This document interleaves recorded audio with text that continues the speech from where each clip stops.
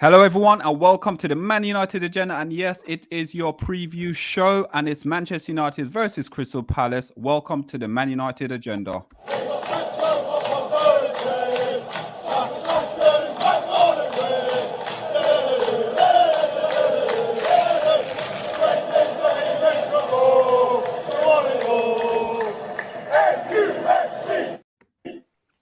Welcome to the Man United Agenda, guys. And if you have not noticed, that's our new intro video. And we all got to thank TalkMU. Big up. So, no worries, bro. You're here. Well done, well done. So, guys, we are previewing the upcoming Manchester United versus Crystal Palace game. But before we go into it, can we say a big welcome to TalkMU, OMONDI, Yep. and Jay. Thank you, guys, for being with us today. How are we all feeling? Fantastic. Good. Yeah, good, man. Positive. Looking forward to the Rangnick era. Oh, yeah. Brilliant. So finally, before we kickstart the show, everyone on here who's been watching us, we've been putting out quite a lot of content lately. We are so close to the 1K subscribers. We are only 47 subscribers away from it. So guys, if you're watching, please hit that like, share and subscribe button. We're so close to that 1K subscriber. But before we go into anything else, Jay, the Man United Agenda, we've been plastering it everywhere. Rangnick. How do you feel? Talk to us about the feeling in Manchester at the moment with that. Well, I'm a little bit nervous, I'm not gonna lie, because we're all excited and it's like this guy's come in. I thought his press conference was very charismatic. I thought he handled the press well. I thought he spoke eloquently. He seemed quite sort of determined and sort of clear in what he was trying to say. Had a little bit of humour as well. And you can't sort of dismiss that. I was there for David Moyes' first press conference as United manager, and he looked like a rabbit in headlights. And I remember thinking, I don't know, man, this guy's he's not looking like a Man United manager to me. Obviously I gave him the benefit of the doubt, and obviously it turned out he wasn't. But I thought with Rangnick, he looked good. But all that can come undone, can't it, if we don't get a result against Crystal Palace? Because, this time tomorrow, we're staring down the barrel of defeat. We're going to be questioning him. So, yeah, I'm excited, but I'm a little bit nervous. I'll feel a lot better if we can get that first win under our belt. Just get off on the right foot, because I think that'll just sort of get everyone on board with what he's trying to do. Because it's going to take him a little while. We know that. It's going to be a little while before he can fully implement his style. Because what I liked as well was his little...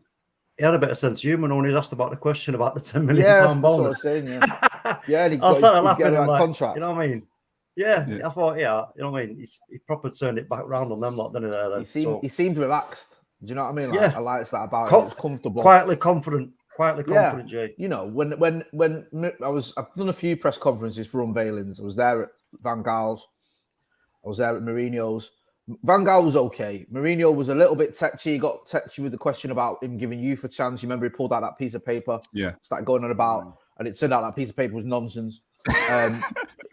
Someone did the research and it's like, he said 40. If I remember it, he said 45 players I've given a chance to. And it turned out it was like 32 or something. He just added names to people he'd not give a chance to. But yeah, Rangnick, I just thought he handled the press really well. Obviously, it's an exciting time. And we'll see how we get on. But, I'm looking forward to it. I'm looking forward to see what he brings to the table. And I have to give a shout out as well. I think you guys have already done it. But just while I come on the channel, big shout out to Michael Carrick. I was there for the Arsenal game. Fantastic result. Let's not forget that. We could have gone 8 points behind Arsenal if we lost that one.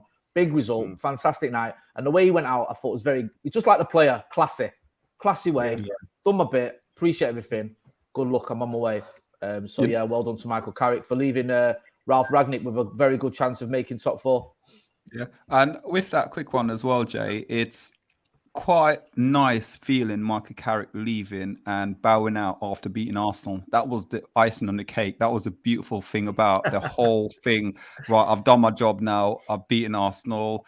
Yep, let's hang them boots up and let's give someone else the reign now. That was so nice. Yeah, I bet you lot are loving it down there. I bet you must know a few gooners. Believe we do. Yeah. I hope you was giving it.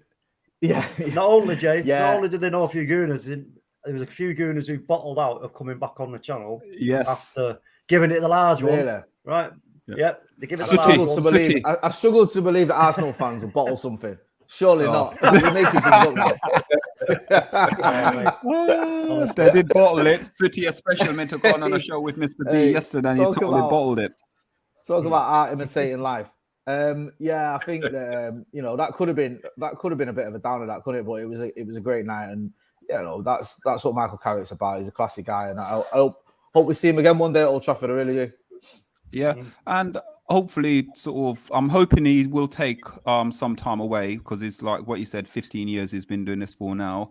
He hasn't really and truly had a break. So hopefully he goes away for about a season or so, and we get him to see him as a manager, because from the games I've saw him manage, he's sort of got his own sort of ethos about himself. He seems like he knows what he wants. So I'm hoping he'll probably go into Championship or something like that and get one of those teams promoted within the Championship and come to the Premier League.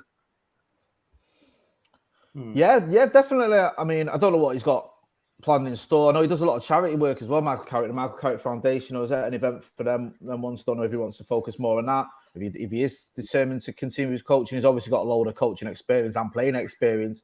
And I've always thought with Michael Carrick, he'd be someone that would be suited to it, because as a player, he read the game so well. You think that maybe that he could bring that in. Like Guardiola was one of those who read the game well, and he's brought that into his coaching. I know that's not always the case. Don't get me wrong. There's lots of great players who haven't become great managers.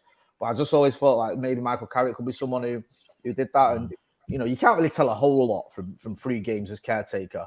And we don't know, unless you're in that dressing room, you don't fully know what he did as a coach. But he certainly carries himself well. I thought he was good in interviews. He got a response out of the players after Ole Gunnar Solskjaer left. I like the fact that he sort of almost took his own responsibility for Ole's sacking and said, you know what, we're all in this together sort of thing. He wasn't going to say, oh, it was all Ole, nothing to do with me. And I respect that. But I think the guy, I keep using the word classy. He's just a classy person, Michael Carrick. He was a classy player. He's been a classy manager, and he's a classy guy, and I wish him well. I really do. You think about that. Well, I know what you're saying there, Jay. And you think about, for me, when it came out, first thing I thought was, you know what? He's taking the decision away from the board, and he's taking the decision away from Rangnick, and stopped that awkward moment of like, all right, well, what do we do with Michael now? He just took all that away by saying, no, that's it. I'm stepping aside. And I thought that was class, absolute class. So I wish him all the best as well. And I think he may well have a future in management at some point in the not too distant future. 100%. So guys, if you're watching, please smash in that like, share, and subscribe button. As I said, we're about 47 people away from getting 1K subscribers. And also remember, fingers crossed, this time next week we'll be doing a live draw on the channel for you to win yourself a signed Bruno Fernandes football shirt. So let's kickstart the Rangnick era now, and Manchester United take on Crystal Palace, who Patrick Vieira seems like he's gone into and took over Roy Hodgson. Most of the players under Roy Hodgson sort of ended up leaving the club because they run out contract with him. But Vieira's gone in, and it's almost like a perfect marriage, isn't it? When you look at it, because he seems like getting a reaction from the players. He's got a lot of young players within that team as well. And at the moment, they're doing, I would say bits, but they're doing really well. Let's go to OMONDI. You haven't said much yet, so talk to OMONDI about because there's some quality players at Crystal Palace. You've got Zaha, you've got what's the youngster from QPR again? Isaiah. Easy. Top quality player, bright future. He's injured. And and the problem with him as well, what I find with Eze, I've done a bit of research on him.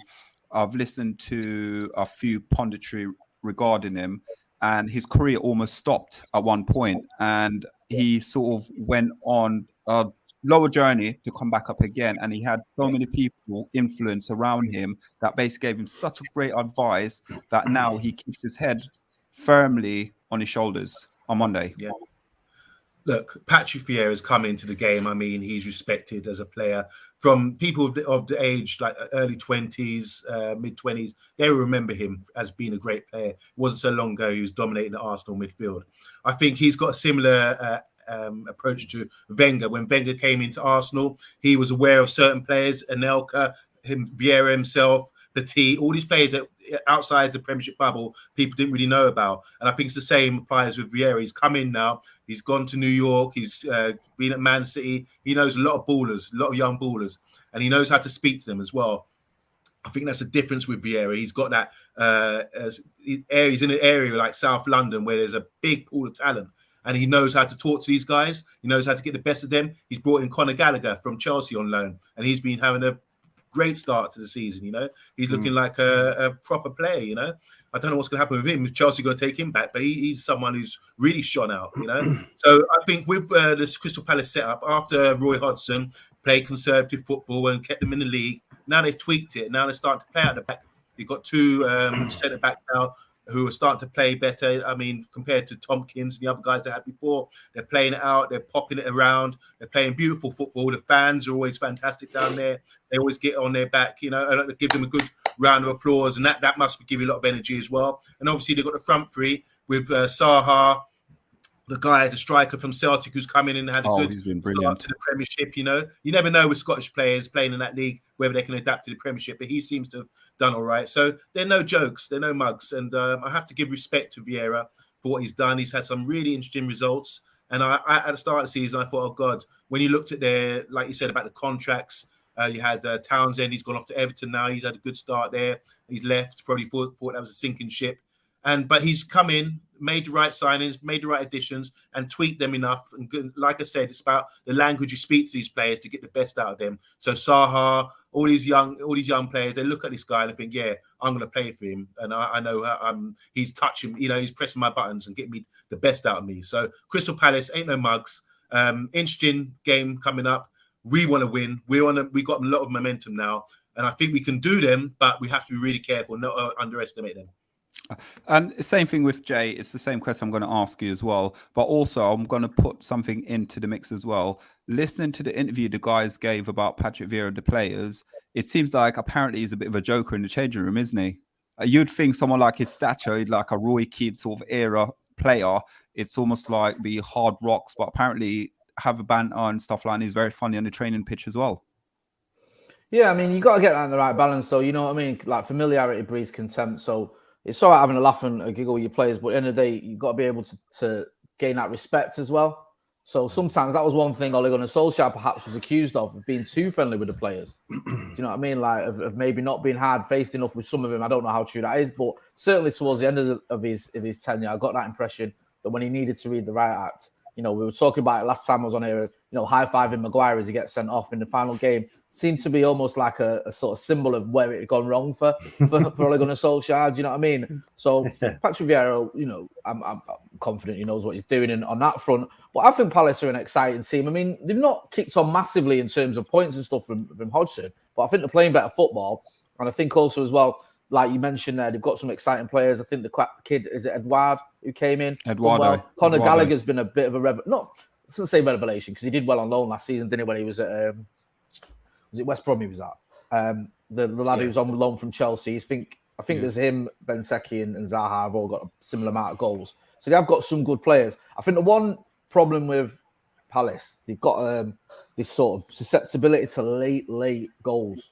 I've seen them against Brighton, they conceded in like the 95th minute. Against Arsenal, they conceded in the 95th minute. And against Leeds, I think it was the 97th minute or something stupid. Like, all those goals cost them points as well. These weren't like just consolation goals. So that's something they need to get rid of.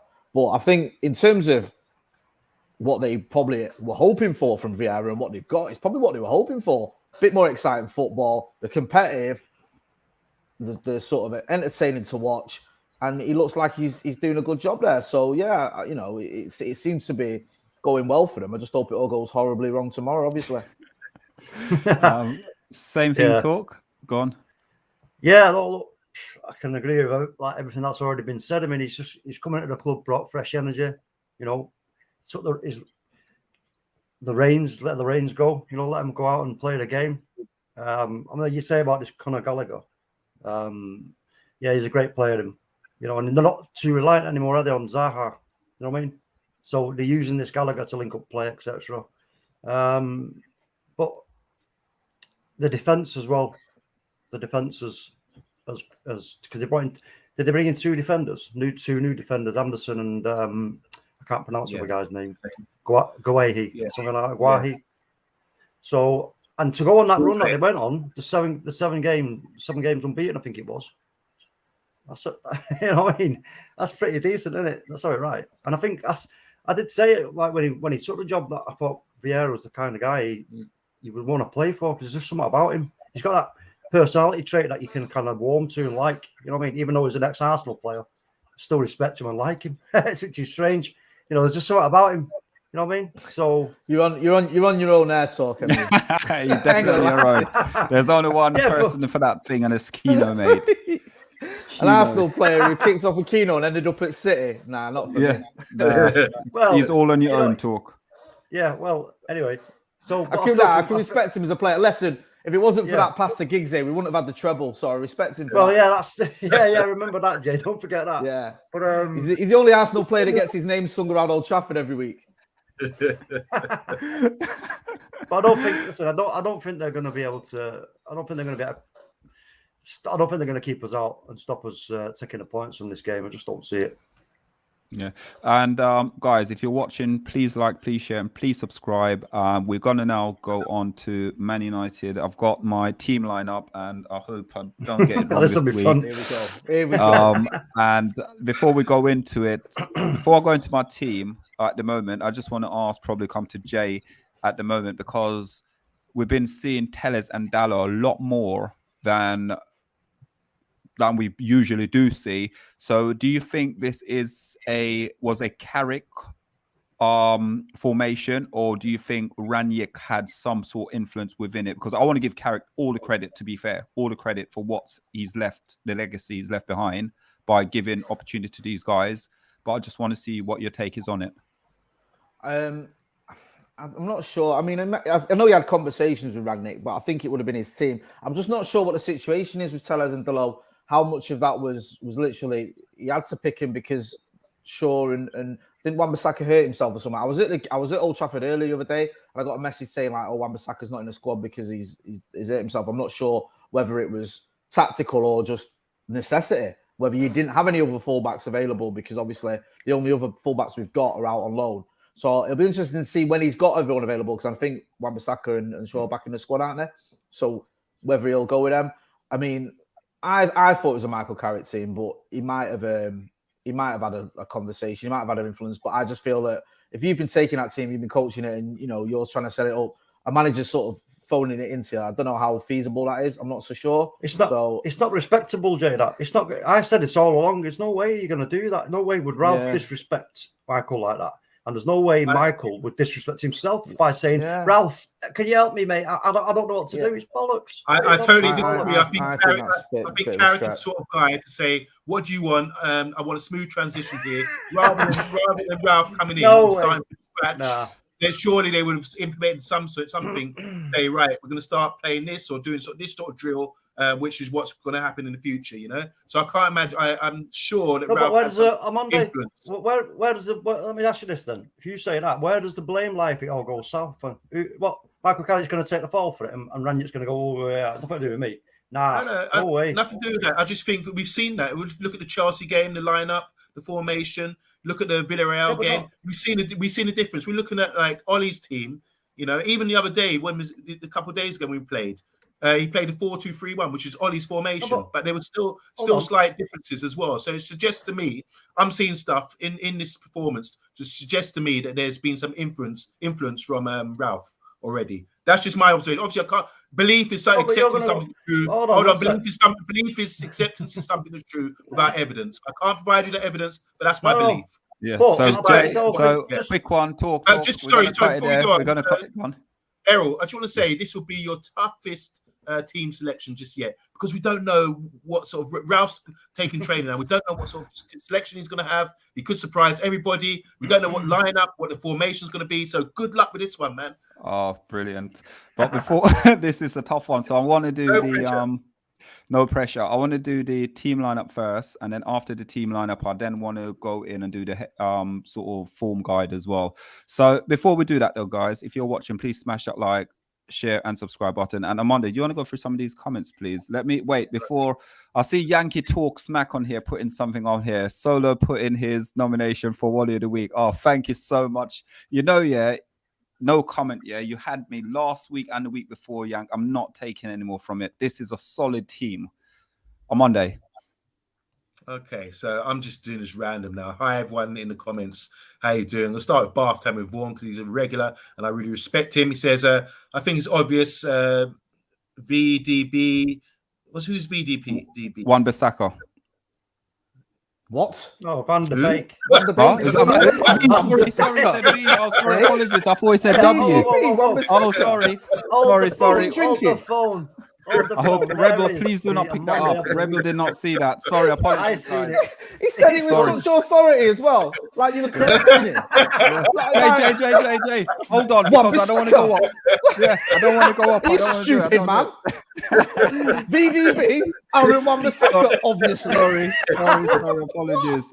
Have you got your contacts in, Daryl? Oh, they're definitely in right now. That's an Believe excuse you you me. can use. Just That's say you have an not an excuse. excuse. Can't you see how close Anyway. I'm coming to the thing? I'm coming very close at the moment. That was He's determined quality. to win this Wally. You know what? You know what threw me there? It's usually Donny Van der Beek, but it's Van der Beek. Okay, I see he's done there. Okay. Yeah. Apologies, Donny Bath Van der Time. Beek. Apologies. So here's Bath Time's assessment. He's saying it's obvious that Donny will play more, but I think tomorrow it will be McFred, Bruno, Sancho. For we've seen a lot of this. We've seen a lot this season. Okay, so do we all agree Donny might be getting more game time under this new manager? Just to clear that up, Errol, McFred is Matic and Fred. Yeah.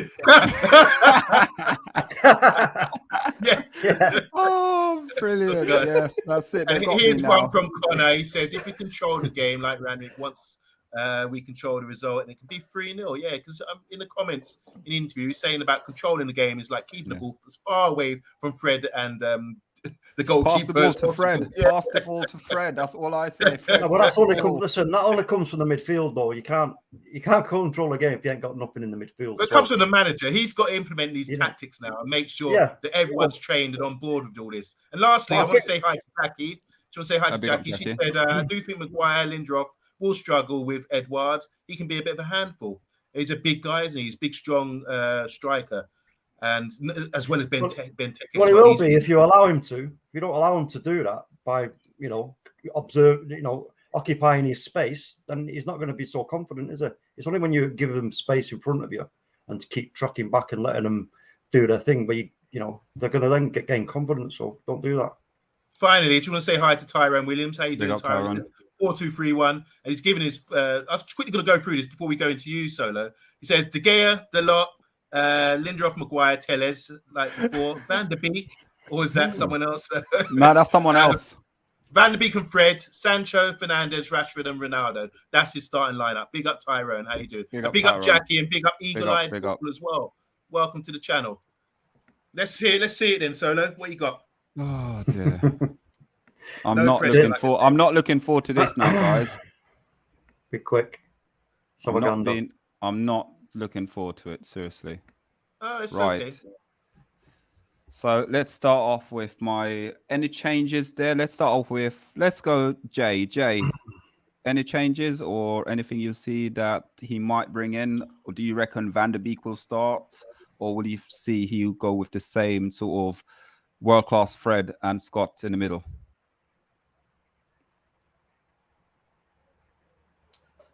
I mean, I don't know. It's difficult, isn't it? Because that to me, other than the fullbacks, that is probably the team you'd expect from Ole Gunnar Solskjaer almost. That's like a Solskjaer team. I think maybe it'd be like a 4-2-3-1 setup. I think you've got it like a 4-3-3. But that is very similar. It's just a question marks around the fullbacks because obviously Luke Shaw and Aaron Wan-Bissaka are always starting. I don't think is Rafael Varane not fit?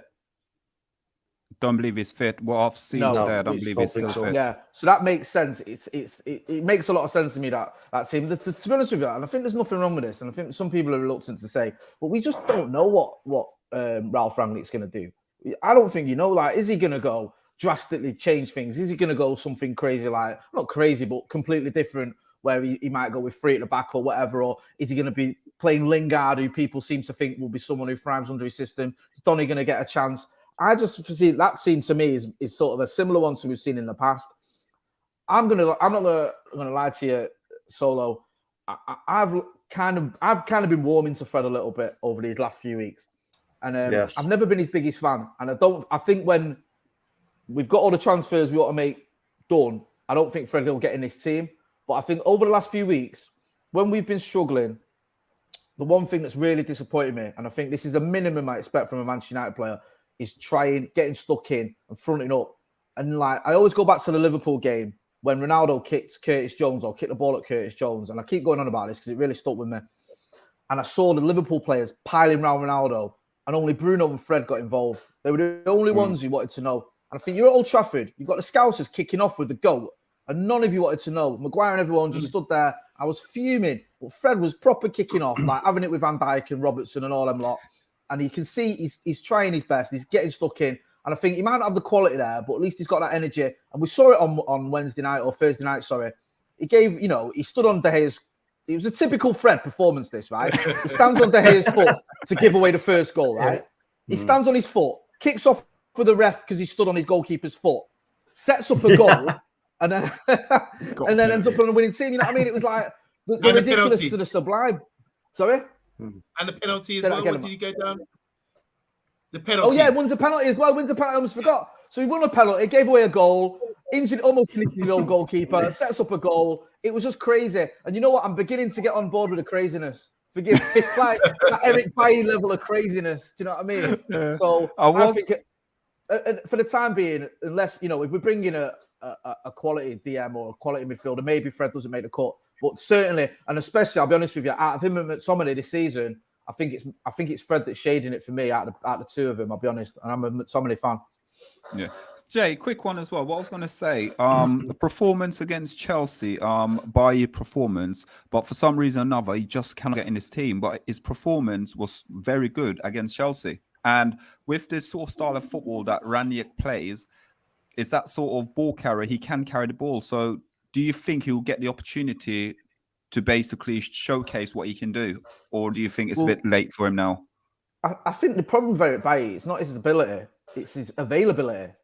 The guy just cannot, he's not there. You guys know better than anyone, especially, Monday. I know you've played at a high level in defense as well. Like, if you've got a centre-back who you can't rely on to play most weeks, you can't rely on him much because you needed to be able to form a partnership. You needed to have a centre-back partnership. If Eric Bailly's coming in, we saw it last season. He had those 5 or 6 games where he was fantastic. You remember against Aston Villa, I think it was, where everyone was hugging him at the end because he did that block at Old Trafford. Fantastic. And it was like, it might be Wolves, I get them mixed up. But it was just like, he was great. And then he's injured again. We don't see him again for another 3 months.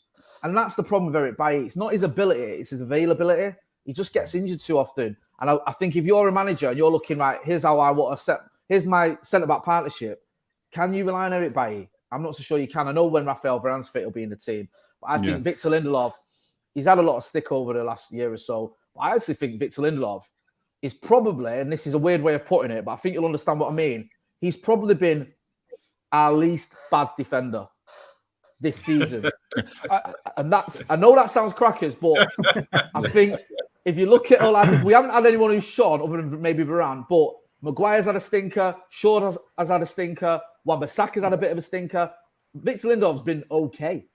So I'm not saying he's been great. I'm just saying out of our defenders, our regular defenders, I think he's been the one, other than Varane who I mentioned, who's probably been the least bad, if that makes sense. Yeah, it makes a lot of sense to me because he has performed to a level outshined sort of 85 million player. But like I said, he will bounce back. Harry Maguire, he's not rubbish. It's just bad dip perform right now for him. So what I'm going to do is I'm going to bring in the defense now, and that's on Monday. On Monday, let's start. What do you think? First things first, on Monday, this team, will it shade Wally of the week? I think you've gone safe here. You've played it safe. But personally, like I said, I can only speculate about what's going to happen. That's why I'm really interested to see what happens. There's lineup, now before the game, see what he puts out there. I really like Dello. I think everyone needs to get on board with Dello because I think he's a quality right back or wing back, whatever. He gives you so much going forward. The other day, he put a lot of effort in. I think the crowd get behind him. Jay, you at the game, weren't you? Yeah. Yeah, so if the crowd get behind him, I feel that he can give him a bit more confidence and shine, because everyone's been shunning him like he's not a good player for some reason. He was on loan at AC Milan last season, and he's getting rave reviews out there. He's exactly what we need, and I just think we're looking for right backs and saying, "Oh, we need someone who can go forward." There he is, right sitting on the bench every week. I'm really happy about him. We know at 28 years old what Telles can do. I think Harry Maguire redeemed himself the other day, and it's all about the shape now. I think when you protect the defense and you have a shape and you're compact, all this and control games, then the defense will look like really they'll be cruising. I think Harry Maguire justified himself, won his headers at set pieces. And I noticed as well, we went man-to-man the other day, even though it was under Carrick. I still think it's Rangnick who's introducing this, went man-to-man on set pieces, which really helped as well, because then you're responsible for your duty there. You can't get caught out. Also, I think Harry Maguire done really well in raiding when we were sort of Arsenal going man-to-man with us, when we were sort of raiding in their half. He took the ball and raided into spaces, and that unsettled them, and that's how he eventually got the goal. So I'm really happy with the defence. And I think going forward, as long as everyone's on board and it's a team cohesion kind of thing, we'll be protected and we start having more clean sheets. And Jay, I think you're going to say something, and then I'll go to talk. Yeah, I like the low Monday, but against Villarreal, it was difficult to watch, bro. It was, because he was having a bit of a stinker, and the crowd were like, I was feeling for the kid, because I'm a little bit, I've got a soft spot for him, because he's one of those on Instagram. I know this sounds crackers, but on the channel, he always likes our posts and responds, and we've messaged him a few times and had a little bit of chat with him. He's a good kid, but against Villarreal, he was all over the gaff, but he was much better against Arsenal, and I was pleased to see it, because I was worried. I'm not going to lie, because I thought if we have another Villarreal performance, that could set him back, but yeah, he just needs to get that. You're right. You might have a think about the confidence. He seems like, I give you that one. He does seem like a player who can thrive on sort of, having a bit of positivity. It was just difficult against Villarreal. So hopefully, we can see we can see if he does get the nod, because obviously there's a lot of ifs and buts. But if Ralf Rangnick's watching this and decides to copy Solo's team, then yeah, definitely. You never know. Oh, brilliant. You never know. Talk this team, what changes, or if any changes? Yeah, I mean, look, for me, I'm just trying to thinking, would he go 4-4-2? I've Fred on the left, McTominay on the right, Bruno and Donny van de Beek in the middle, and just Sancho and Ronaldo up front. So that takes out Rashford out of the equation. In terms of the left back and the right back options, I don't know what's he going to do. Is he going to come in and think, keep the continuity going with Wan-Bissaka and Luke Shaw if they're both fit and available? Or is he going to be thinking, because of his philosophy, with these guys being, in brackets, better at forward play, is he going to go for that option in order to, like Omondi says, keeping things tight, shoring it up, not giving these what was that? The words that he used, the coincidence, something about coincidence in the game. He said it in his press conference, and I found it really interesting. Yeah, you know what I mean. So I think will he go down that option? And I think he will. I think you're right there, Solo, apart from Rashford, and just having Van der Beek in a 4-4-2. I can't leave Rashia. I can't leave him out. Literally, I don't know what it is about him, but he's been critiqued a little bit this season for some of his performance. But again, he can get his form back, and with his pace and his ability as well, I think he just drives at that defense. But sometimes I think part of the reason he get critiqued is he might not be looking to pass the ball quick enough. Again, another instance against Arsenal, he had the opportunity to pass the ball to his right. Instead, he was trying to take on about a couple of players instead. Is that not a simple fix, though, for you? I think that's a simple fix. It's simple, yeah, exactly. It's very simple. I mean, that's why I'd start Rashford. You play the game. If somebody says to you, look, listen, we know what Rashford's like. He can use the ball with his head up.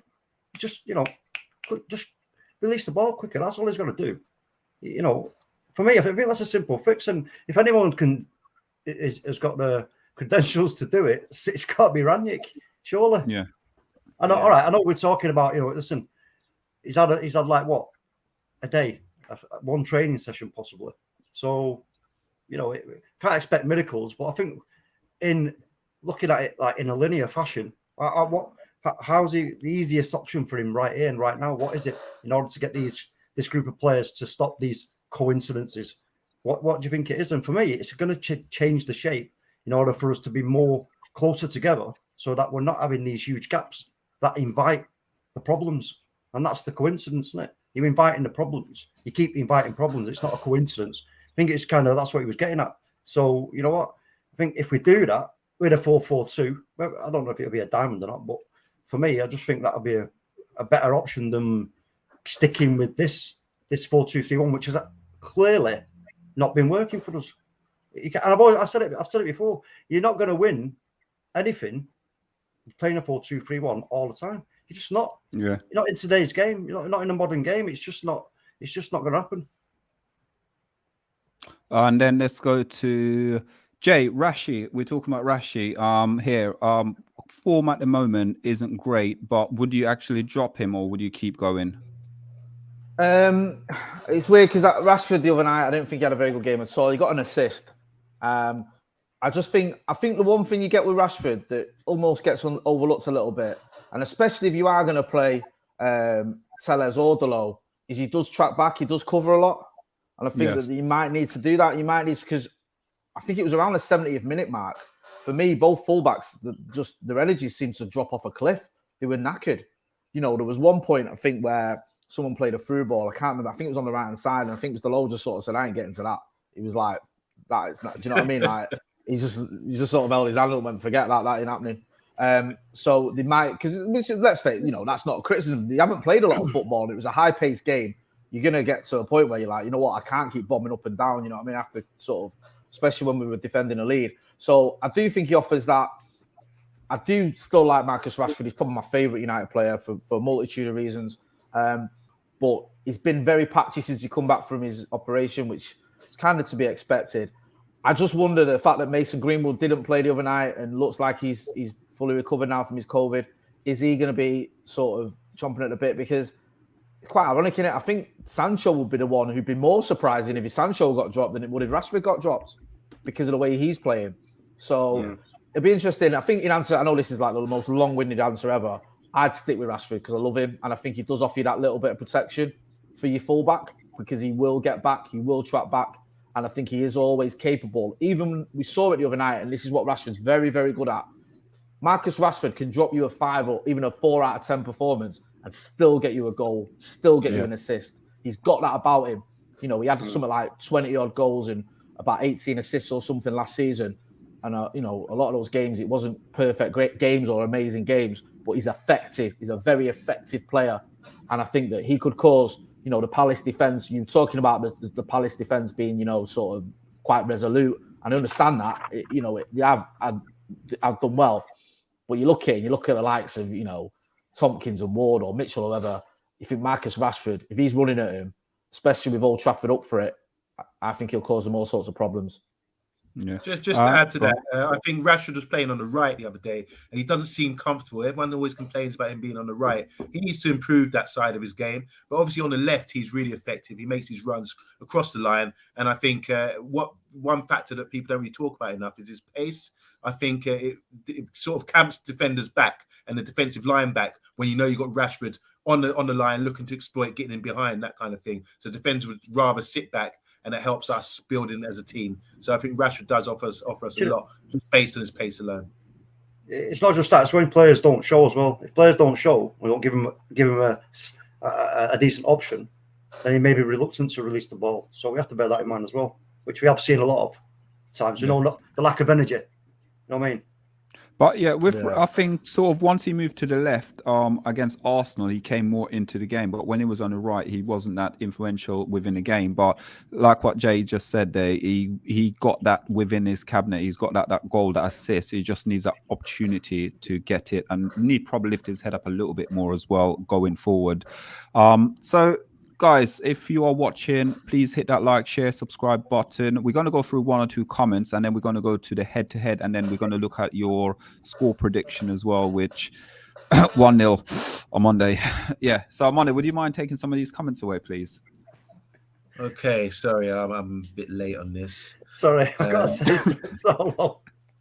I can't do it. Hold on a minute. Oh, mate, I've just nearly wet myself laughing. The cabinet, he's got it in his cabinet. His locker room.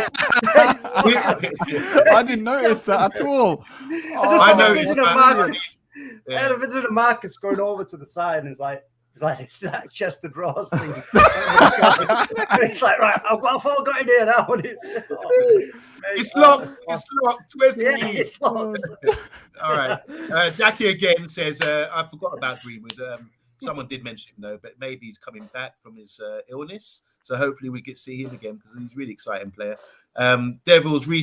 Reese Devils Rise and says, Anthony Herbert, as much as I want us to win the league, because Anthony Herbert was asking, can we win the league next season?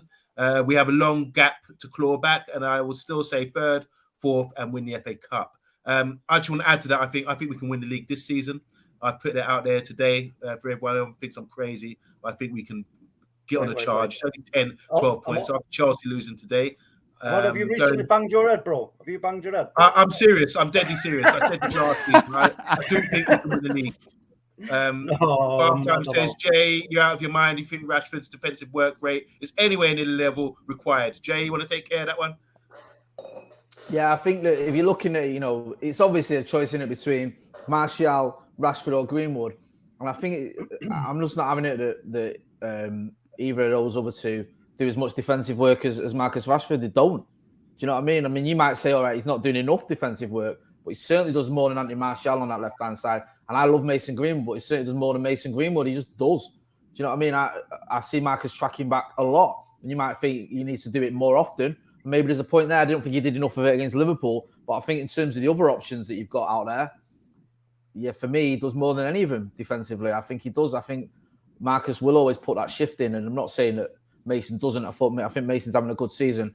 But certainly with Martial, I think that's something that sometimes can be lacking from him. Oh, Paul Pogba, when he's played on the left as well, I think that he doesn't tend to track back either. I know he's injured at the minute.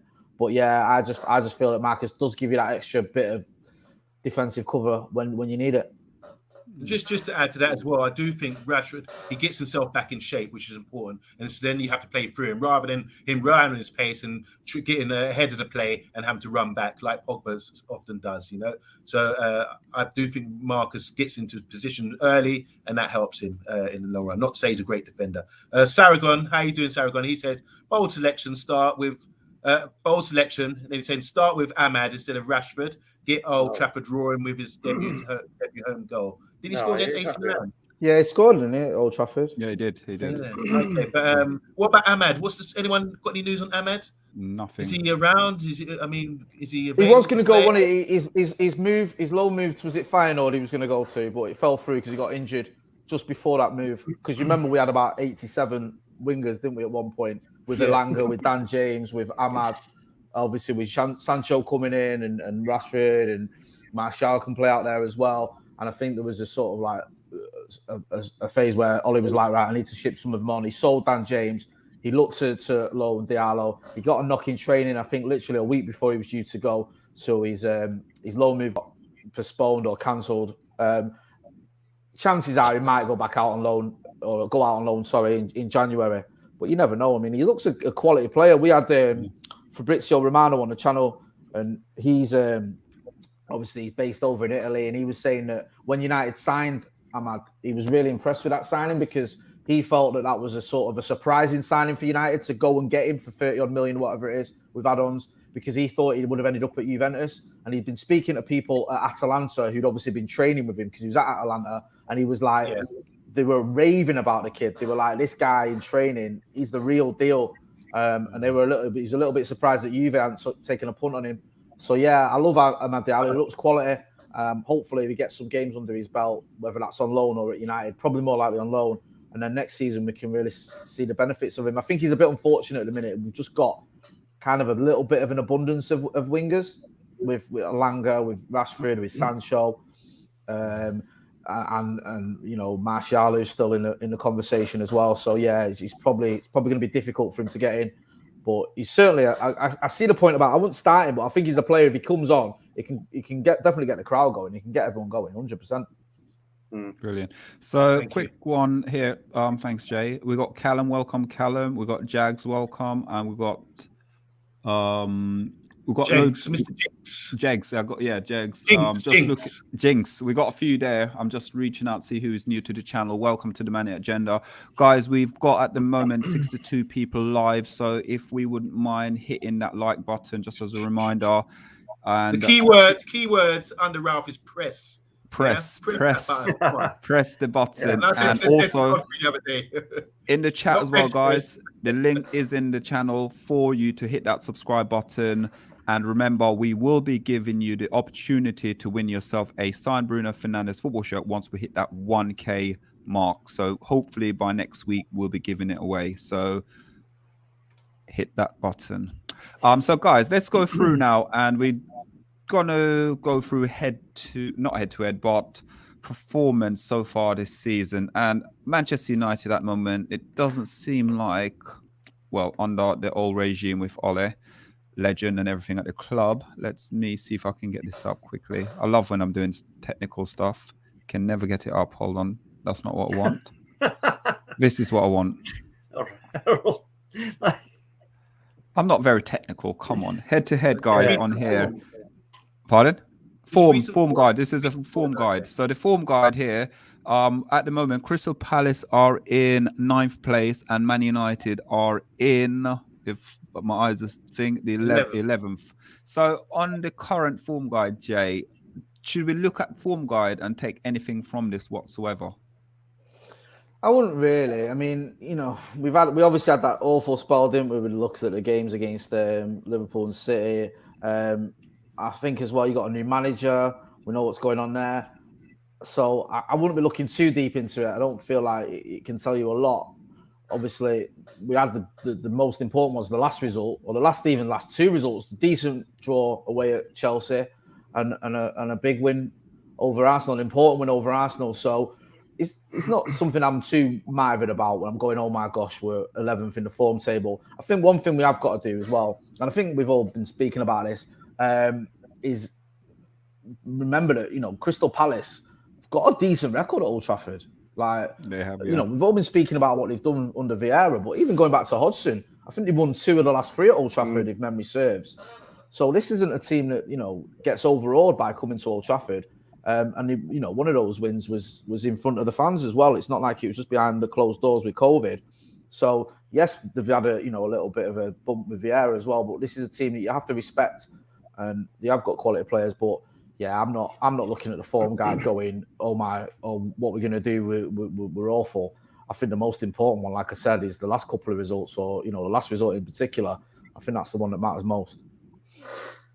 Yeah. And go on, talk. Is it talk or I agree, totally agree. I mean, it's, you know what? Yeah, you're looking at numbers and colours, mate. It's not.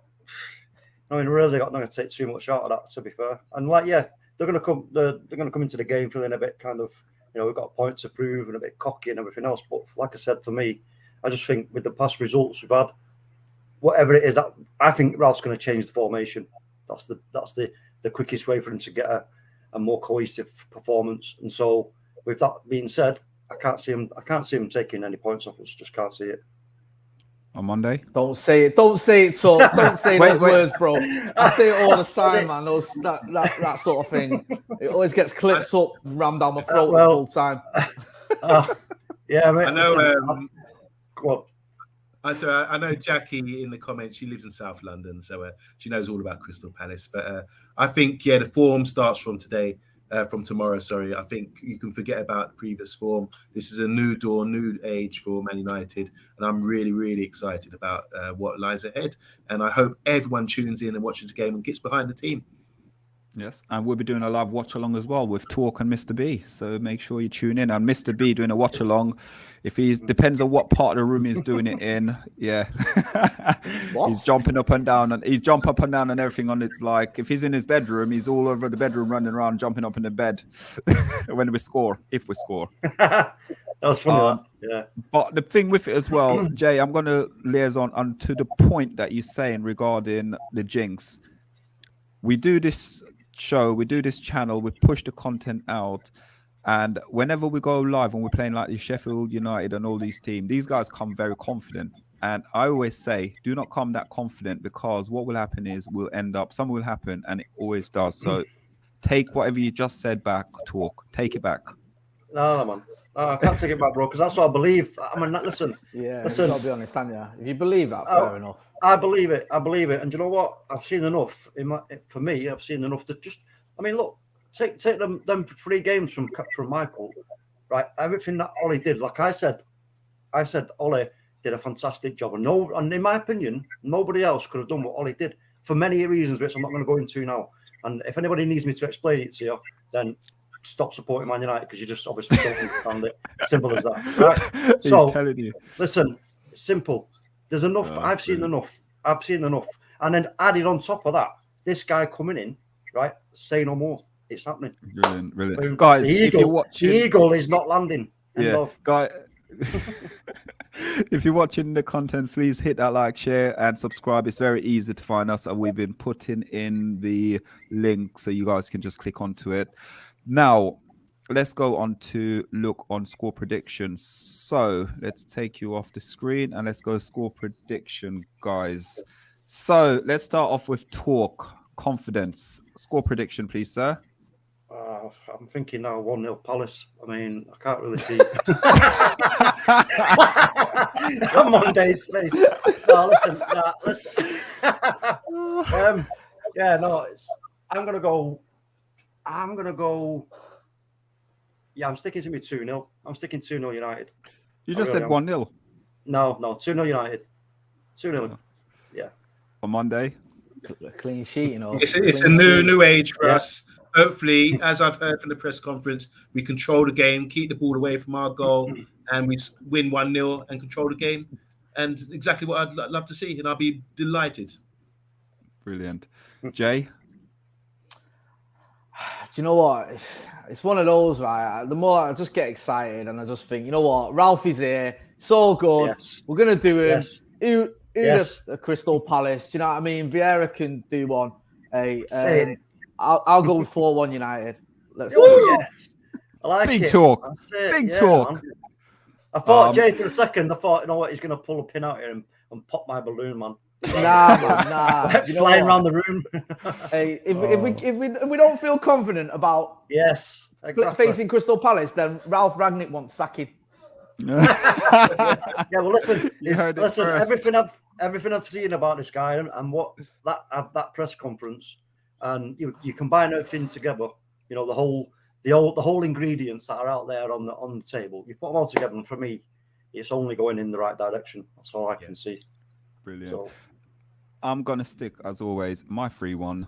We always concede. I'll say so. We always concede. We will. I hope we don't concede, but I know we will concede. So for me, game of 2 half. I'm hoping it's not going to be on a new regime now, where I'm going to come on here and say, you know what, guys, it's a game of 2 half. First half, we're going to be crap. Second half, we're going to be outstanding.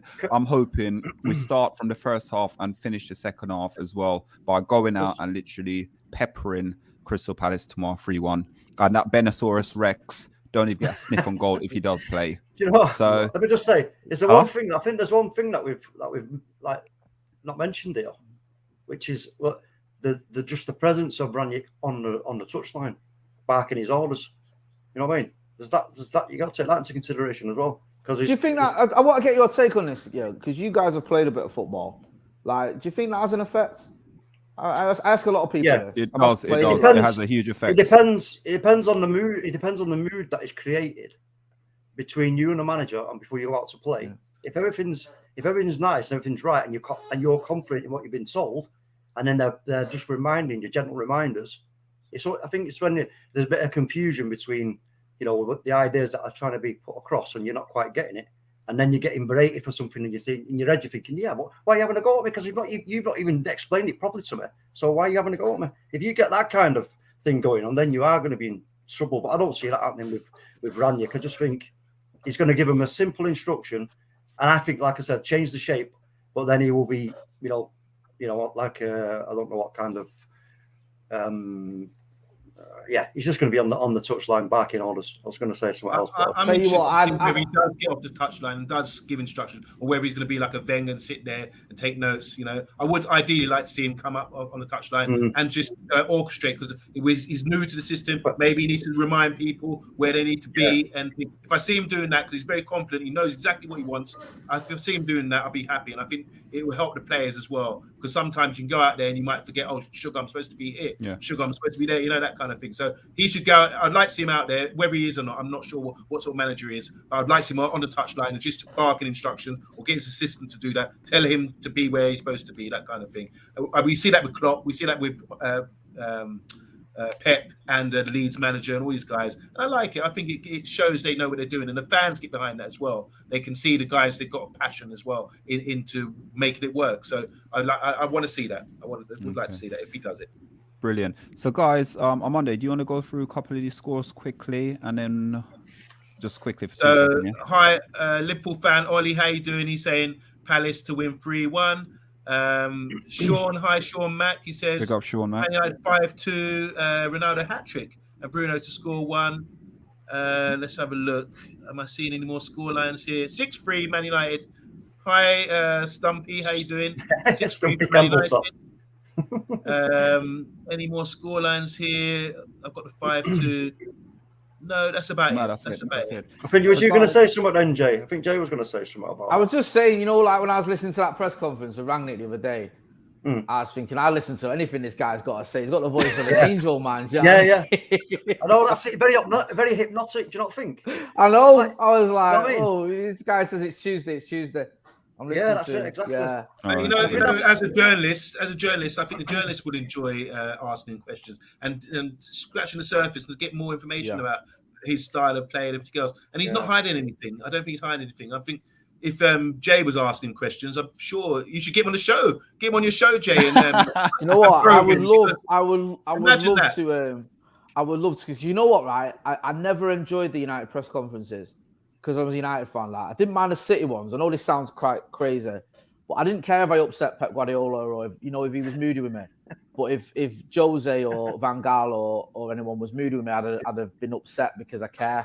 Do you know what I mean? So I was always very, very nervous asking that question to a United manager, because I thought if he shouts at me, I'm gonna remember this for the rest of my life. You know what I mean? I'm gonna hold on to it. And thankfully, I never experienced that. But yeah, I think with Rangnick, I think he's got that bit about him where I think as long as you're not asking him stupid questions, he'll be all right with you. Yeah. But, very intelligent, man. Very intelligent. Yeah, he does. He looks the part. He sounds the part. We just need to see whether he is the part. He is the part. He's the part. This is what we've been. Do you reckon he's got it in his cabinet?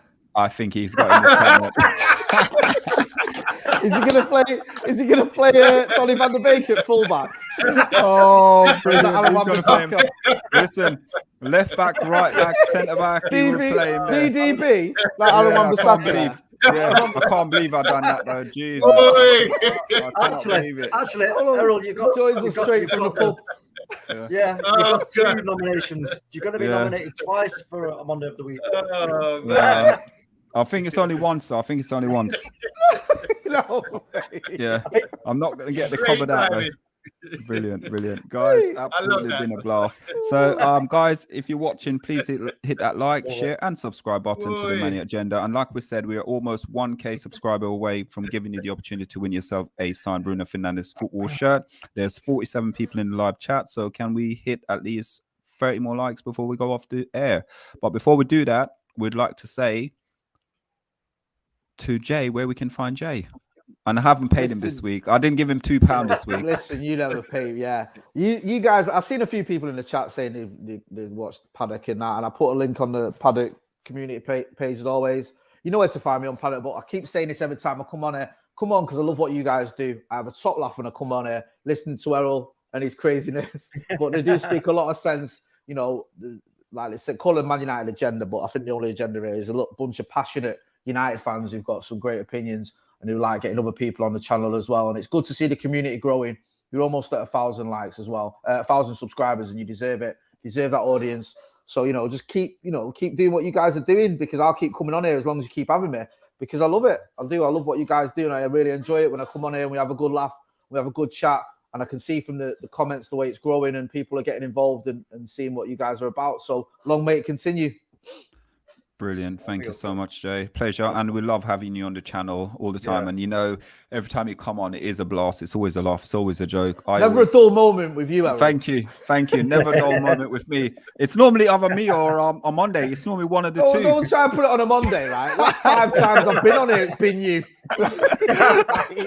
Not since Mr. B's David Moist. Has it been anyone else? I am David Moist. Oh, dear. Oh, do you know what makes it up as well? When you lot drop these things like with Mr. B, with David Moist and that, and no one even said anything. Everyone just like carried on like it was normal. That's how we talk down here. That's Hello. a southern thing. It's normal. VDB and Errol says like, oh yeah, Aaron Wan-Bissaka. No one pulls him up. Everyone's like, yeah, well, okay. But Jay, if you didn't pull me up, that would have been brilliant because it means I wouldn't be nominated for Friday. No, Errol, I can't accept this madness because I'll start doing it myself. Yeah. Don't worry, Rebel is in the comment. Rebel's already done it. Rebel has done it. He's this guy, Rebel. We need to put him on suspension on Monday for a bit. He clips everything too quick. So in up north they say when something's good they say that was mint, don't they? Yeah, that's new to us as well. We didn't understand that. What's he mean? Mint? Jay, what's he talking let me ask you something. Jay, can I ask you a monk to monk, right? When it gets to like that time of the day. After 12 o'clock, where you're going to have something to eat. What do you call it? Yeah. You're going to have what? Dinner. Thank you. Your dinner. No. Thank you. No. After 12 o'clock. Yeah. When it gets towards, 4 o'clock. My tea. 5 o'clock. My tea. All right. You have breakfast, dinner, and tea. Yeah, there you go then. Yeah. Those are the only 3 meals of the day. Breakfast, dinner, and tea. Yeah. When you're having a scran, you're either having your breakfast, your dinner, or your tea. Yeah. There's no. What are you shaking your head for? What is it? Jay, I said to Errol, I said, right, yeah, I was talking to him on the phone and he said, right, well, I went, yeah, I've got to go and have my tea now. I'm going to eat my tea. And he went, what? If you didn't eat your tea, I went, eat my tea. He went, you drink tea. I'm like, what? No, I want to have my tea, mate. Food. He's going, no, that's dinner. I'm like, no, mate, no. Hey, it's not dinner. Tea time. Your tea. Tea time. Do you know what I mean? Oh, come on, Errol. You know what? I can hear me. You can hear that's what you hear on the streets, mate. Thank you. Thank you. Breakfast. What? Yeah, breakfast, tea, and what? No, I'm not buying that at all. Tea in the middle of the No. Yeah, despite our differences, we're all one big United. One big family. We love it. We love you being on, Jay. Love we speak one language. We're breaking down boundaries on this channel. The North and the South come together. Yeah, put our differences over breakfast, dinner, and tea aside because we've all got one common goal, and that's seeing Ralphie boy win. Don't call us soft anymore. We're not soft. Listen, on Monday, I've seen the size of you. I would never call you soft, bro. Do you know what, Jay? You took the words right out of my mouth there. I'm telling you, because I was just going to say the same thing. No way. I'll tell you what, right? I come off the tram like 2 miles away from Old Trafford. I could see a Monday in the distance. I'm not telling you anything. Like, there's a new statue outside Old Trafford. Who's that? Yeah. What statue is that? You're legging it down, and then as you get closer, you just go, "Oh no, it's a Monday. It's all right." Mr. B's another story. Come on. Let's start with Brilliant. Oh, listen, on Monday, it's the least I can do because I know you're going to be sitting there pushing for that Monday of the week. I'm just praying you make a mistake this week. I'm sorry, you've won it. No, I'm praying.